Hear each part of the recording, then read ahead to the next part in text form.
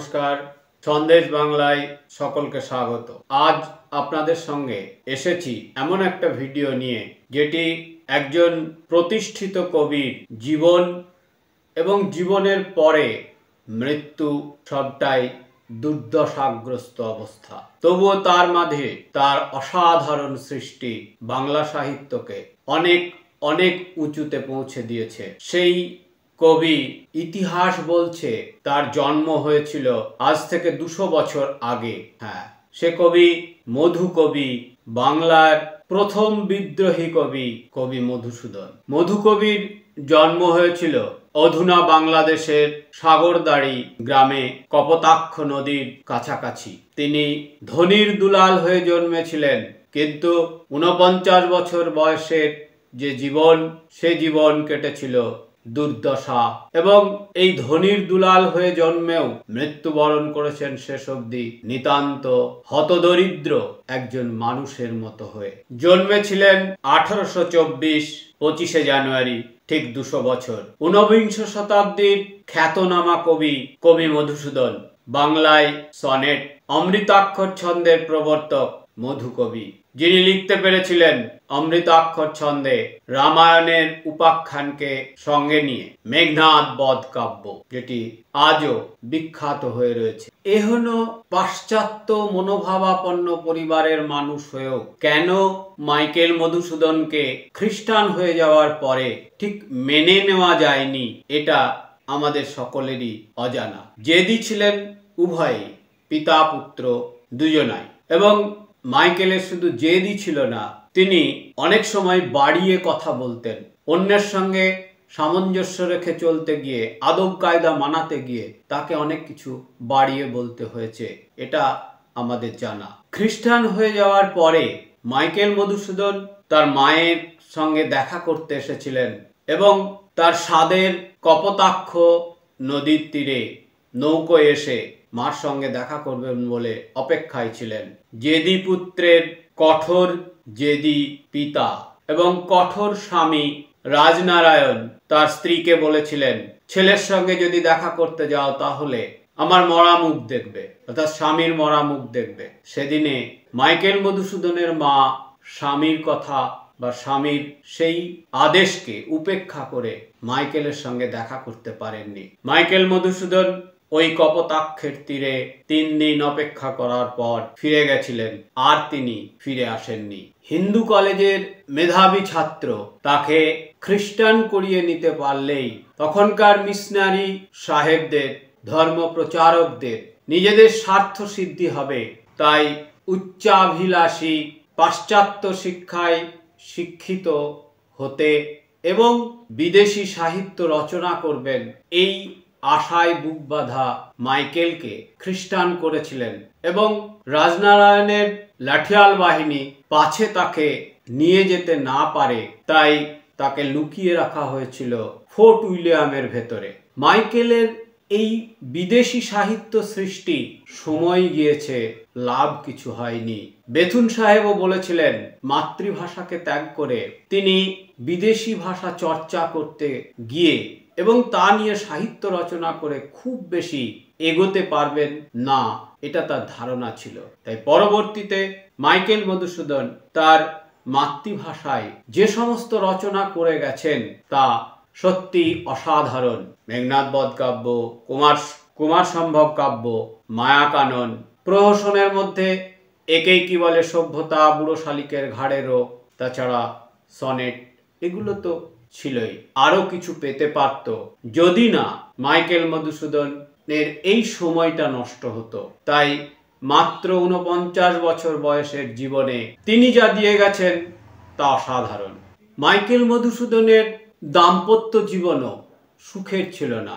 প্রথম স্ত্রী রেবেকা বিদেশিনী, তার গর্ভে 4টি সন্তান জন্মগ্রহণ করে। পরবর্তী সময়ে হেনরিয়েটাকে তিনি জীবন সঙ্গিনী হিসেবে গ্রহণ করেছিলেন। শুধু জীবন সঙ্গিনী নয়, হেনরিয়েটা ছিলেন তার সাহিত্য সঙ্গিনী। নেশাগ্রস্ত অবস্থার মতো তিনি লিখে গেছেন শর্মিষ্ঠার থেকে আরম্ভ করে সমস্ত সৃষ্টি। মাইকেল মধুসূদন বেহিসেবি খরচা করতেন, ধারে দেনায় জর্জরিত যে বিদ্যাসাগরকে তিনি একদিন টুলো পণ্ডিত বলে ব্যঙ্গ করেছিলেন, সেই বিদ্যাসাগরই তার ত্রাণকর্তা হয়েছিল এক সময়। বিদ্যাসাগর তাকে যথেষ্ট সাহায্য করেছেন, সহযোগিতা করেছেন। তিনি যখন ব্যারিস্টারি পাশ করলেন তখন লিখেছিলেন, প্রিয় বিদ্যাসাগর, তুমি আমার একমাত্র বান্ধব। পরে অবশ্যই এই বিদ্যাসাগরের সঙ্গেও তার সম্পর্কের অবনতি ঘটেছিল। হেনরিয়েটাকে নিয়ে বিদেশে তিনি যথেষ্ট কষ্টের মধ্যে দিন কাটিয়েছেন। হেনরিয়েটার গর্ভে 4টি সন্তান, শর্মিষ্ঠা, ফ্রেডরিক, অ্যালবার্ট। তৃতীয় সন্তানটি জন্মের পরেই মারা যায়। এই শর্মিষ্ঠার বিবাহ তিনি দিয়েছিলেন 13 বছর বয়সে, যখন তিনি অসুস্থ অবস্থায় কলকাতায় ফিরে এসেছেন এবং উত্তরপাড়া লাইব্রেরির ওপর তলায় আছেন।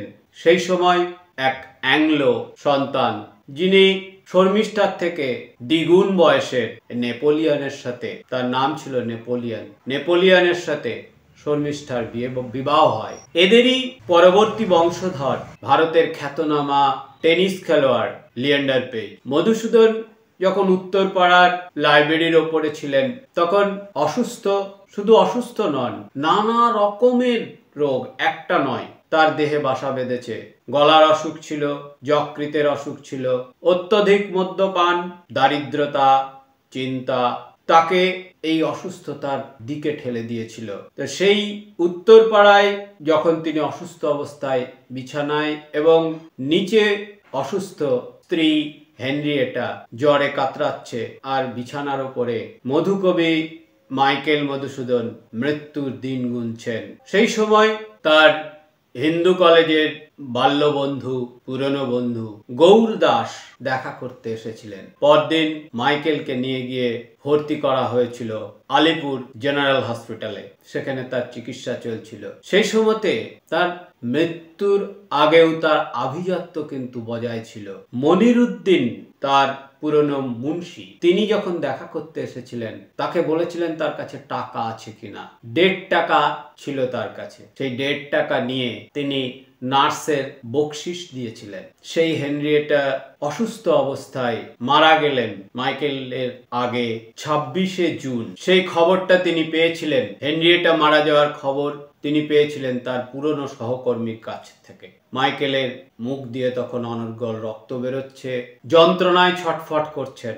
দেখতে এসেছিলেন গৌরদাস, ভোলানাথ, অন্যান্যরা। তার জীবনের করুণ ইতিহাস, সেটা হলো 29শে জুন মারা গেলেন, চির ঘুমিয়ে পড়লেন বাংলা সাহিত্যের পিতৃপুরুষ কবি মধুসূদন দত্ত। মাইকেল মধুসূদনের মৃত্যুর পরের যে অদ্ভুত ঘটনা, যে দুর্দশা মৃতদেহ নিয়ে, সেটা ভাবা যায় না। আজ থেকে 150 বছর আগে মাইকেল মধুসূদন মৃত্যুবরণ করেছিলেন 49 বছর বয়সে, আর জন্মেছিলেন আজ 2024। তিনি জন্মেছিলেন 1824 25শে জানুয়ারি, সেটা 200 বছর। সেদিন কলকাতার খ্রিস্টান সমাজ এই মাইকেলের মৃতদেহকে সমাধিস্থ করা নিয়ে টালবাহানা শুরু করেন। 6 ফুট জায়গা সমাধি দেওয়ার জন্য জুটছিল না। দেহে ধরেছিল পচন, অগত্যা শেষমেশ অ্যাংলিকান চার্চের রেভারেন্ড পিটার জারবো এগিয়ে এসেছিলেন নিজে উদ্যোগ নিয়ে। পচন ধরে যাওয়া সেই দেহকে সমাধিস্থ করা হয়েছিল 26শে জুন, যে হেনরিয়েটার মৃত্যু হয়েছিল তারই কবরের পাশে, লোয়ার সার্কুলার রোডের কবরস্থানে মাইকেলকে সমাধিস্থ করা হয়েছিল। সেদিন অর্থাৎ প্রায় 150 বছর আগে আমাদের পূর্বপুরুষ, যারা আমাদেরই মতো বাংলাকে ভালোবেসেছেন, বাংলা সাহিত্যকে ভালোবেসেছেন, বাংলা নাটককে ভালোবেসেছেন, বাংলার সৃষ্টি প্রহসনকে ভালোবেসেছেন, যে মানুষটা তার লেখা উৎসর্গ করেছিল আমাদের বাংলা সাহিত্যকে উজ্জ্বল একটা উচ্চ শিখরে পৌঁছে দেবার জন্য পেরেও ছিলেন, সেই মানুষটাকে সেদিন আমাদের পূর্বপুরুষরা ওই সমাধি স্থানের ভিড়ে একজনও উপস্থিত ছিলেন না। তাই তাদের ভুলের প্রায়শ্চিত্ত করতে আজ কবি মাইকেল মধুসূদনের 200 বছরের জন্মদিনে, জন্মক্ষণে আসুন আমরা কবির জন্য 2 ফোঁটা চোখের জল ফেলে প্রণাম জানাই, প্রায়শ্চিত্ত করি 200 বছর পরে আজকে আমাদের মতো মানুষেরা সেদিনের ফুল হয়ে যাওয়া কাজটির জন্য প্রণাম জানাই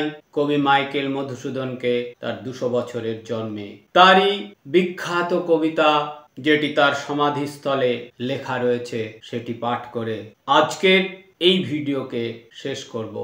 দাঁড়াও পথিক বর, জন্ম যদি তব বঙ্গে তিষ্ঠ ক্ষণকাল, এ সমাধি স্থলে জননীর কোলে শিশুলভয়ে যে মতি বিরাম, মহির পদে মহানিদ্রাবৃত দত্তকুলোদ্ভব কবি শ্রী মধুসূদন, যশোরে সাগর দাড়ি কপোতাক্ষ তীরে জন্মভূমি, জন্মদাতা দত্ত মহামতি রাজনারায়ণ নামে জননী জাহ্নবী।